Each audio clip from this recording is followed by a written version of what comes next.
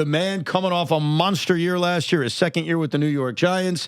The man they call Spider-Man, Brian Burns, joins us. Brian, Shaun, Morash over there. I'm Evan Roberts. Thanks for coming on today. How are you?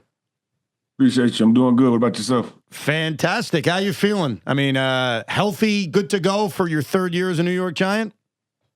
Yeah, man, I'm healthy, solid. I feel good. Sure. Can you believe that we're finally here? And also, your year last year, 16 and a half sacks, best statistical year of your career. Did you feel as good as the way you played, and did you feel it was the best year of your NFL career so far? Did I feel as good? No, I was banged up, but that's a testament to your toughness, man, because we can't see it. That's for sure. Yeah, it was a solid year though. I was really happy about how the year went. Left some things that I still can get better at. You know what I'm saying? So it's still some growing to do, but it was a solid year. What jumps out at you as something you think you could get better at? Man, I would just say like really just keeping my body intact throughout the entire season. Like it is a long season, but you know, at a certain point, your wrists start breaking down. You know, just the small things that you don't really pay attention to in the beginning of the season because everything feels good, starts breaking down towards the end. So, you know, just staying on top of that. The majority of your statistical great season happened under the tutelage of Shane Bowen's defense. Denard Wilson is now in. Giant fans excited about him. What's the biggest difference you see from the defense last year to the defense now Wilson will be running this year?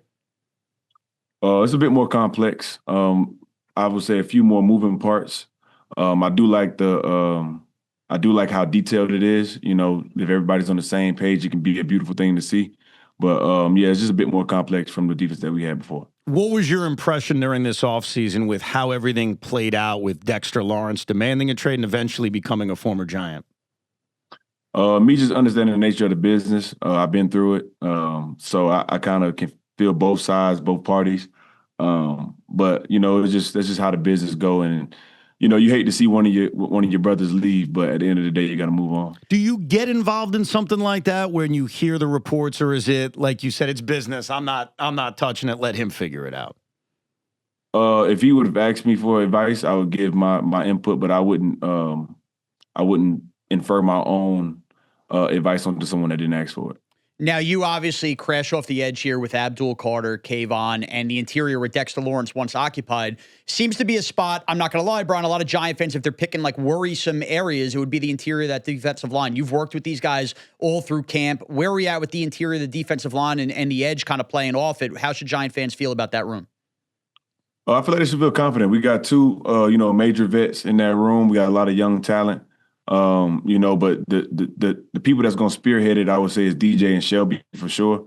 And they're going to be the main guys that, you know, that's in there hunkering down the middle for us. So I think they should be excited about it. We got some pieces. We're talking to Brian Burns of the New York Football Giants. Yeah, Arvell Reese. We haven't really heard much from him. You have obviously made a point to bring him into certain rooms, media-wise. A lot has been made up about the hype with Arvell Reese. How excited should Giant fans be? And compare him to Abdul Carter a year ago, because now you've seen two really high-touted prospects come in and kind of just take this defense and hopefully by storm here for Arvell Reese.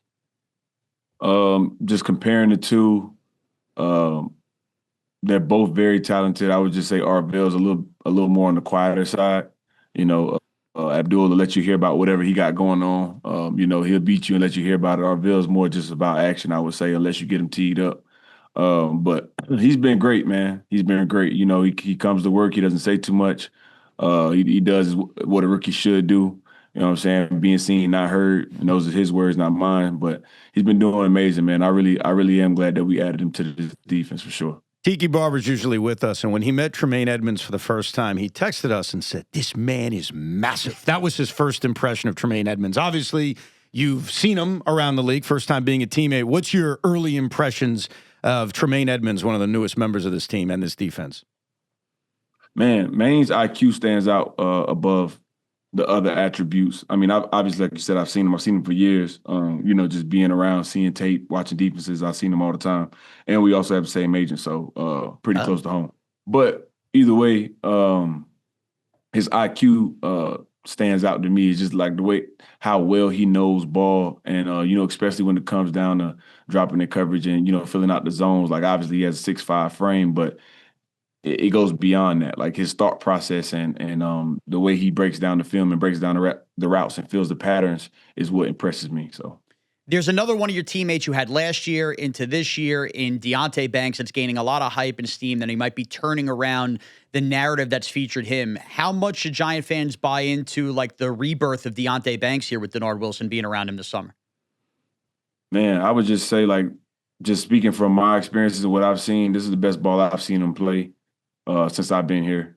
So, that speaks volumes to him, putting the work in himself, being hungry, leaning towards coaching. And that also, gives a lot of props to Denard and Addison and Double D for, putting that work in and getting all those guys right. Because, it isn't just him that's playing great ball, but he is one guy that has been standing out in camp. So. We're talking to Brian Burns of the New York Giants. So obviously the coaching change gets made in the middle of the season. So you knew for a while, all right, I'm going to get like your 15th next head coach, because it's amazing. You've had a billion head coaches, your time in Carolina and even here with the Giants. When they're interviewing guys as an NFL veteran, are you sitting there saying, oh, God, you got to get me John Harbaugh? That's the guy. What was your feeling around that search and your feeling towards the possibility and now inevitability of John Harbaugh being your NFL head coach?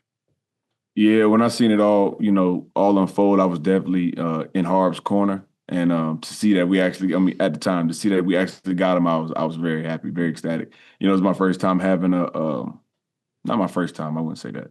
But this is one of the main times I've had like an established head coach. Has been doing it for a while, doing it for a long time, has a winning culture. And it's been great to see since I've been here. So it's been amazing. I would say that with that, the fans have also embraced the John Harbaugh feel to all this. You've seen a lot of losing football, unfortunately, not because of you. How excited, and you've been around teams that have been teams that have been good. How excited should the Giant fans be in like realistically dreaming that bad times are fully behind this organization? They should be excited, man. It's definitely something to be excited for. We got the roster, we got the talent. Now we have the coach. I feel like it's just like a dream come true. I feel like this is one of those perfect stories. Not to sit here and say like everything's going to be perfect. We're going to hit adversity at some point. But at the end of the day, I'm comfortable and I'm confident in the guys that we have in the building, team and coaching staff wise, that we'll be able to overcome anything that hits us along the way. The thing we've always heard is that John Harbaugh practices hard and guys get, they really go through it. Have you felt that? And how do you feel as we approach the start of the year with your first camp led by someone who has the reputation of being, tough and hard on his players in terms of practicing in John Harbaugh? Yeah, you feel the work, but I feel like Harbs is a guy and his energy is so infectious, the fact that it kind of make you want to go out there and work hard. I know, the day's going to stack up and your body's going to feel sore and things of that nature, but me coming in as a rookie, that's what I went through. You know what I'm saying? Like, it's just now turning a new leaf of like the science and everything that goes into football as far as why we get so many, breaks, and how the science works with the whole body and all that. But when I came in as a rookie, camp was hard. Camp was camp. You know what I'm saying? It was no days off like that. It was just like work, and then you knew what you was getting yourself into. So this organization has gotten off to notorious slow starts, weeks 1 and week 2. Now seeing how Harbaugh's pushed you guys in practice, you guys survived that heat and humidity in Miami as well. This is a Cowboy game coming up in 2 weeks in week 1. Giant fans salivating to finally beat them again. Do you think this team's more prepared to go out there and try to handle their business to start a year compared to past years? I've only been here for 2 years, so I don't want to speak too much on the past years, but I got you. I definitely feel like we're ready this year. And it's not so much to speak as in comparison to last year. I just feel like it's a different feeling around the building. I feel like the coaches have prepared us well. The instructions are clear as to what we need to do, and the expectations are clear. So, that's all I really say on that, but I definitely think we're ready. Brian Burns of the New York Giants. For those that are unaware, tell us the background behind the Spider-Man nickname that you got, I think, back in college. Yeah. Yeah, man, it was just, just fooling around in practice, just, doing things, hanging out, whatever, with my teammates. And one day I just hit a pose and everybody was just confused as to what I was doing. And I didn't really have like a motive or like a plan or anything for this. It just kind of happened. And then that week we played Wake Forest. I think after my first or second sack, whichever one it was, I went ahead, did the pose, and I got a crazy picture out of it. And ever since then, it kind of just blew up from college on to now. So, Did you like the new movie? yeah, I liked it. Yeah, it was good. It was real good. It's doing crazy numbers right now, actually, but it was real good. I'm curious as a Spider-Man fan because I'm not, but I saw it. My son wanted to see it. I thought it was better than the Tobey Maguire movie. I got to be honest. Am I crazy for thinking that? I wouldn't say you're crazy. I mean, the Tobey movie was what? A long time ago. Almost 25 years ago or something like that. Yeah, something like so that. You're not crazy for thinking that, but it was definitely a good movie. I would have liked a little more violence, but it was I like it. Yeah, That's a fair point. Fair point. How many wins this year? What are you thinking? 10 wins? 9 wins? Where are we at? Man, I'm not getting into no win. that's I'm gonna leave that to Twitter, man. I'm just here to put the work in. We'll get it done, Brian. We appreciate you coming on. Good luck. Stay healthy. Thanks for hopping on for a few. Appreciate y'all. Brian Burns of the New York Football Giants here on a Giant Day.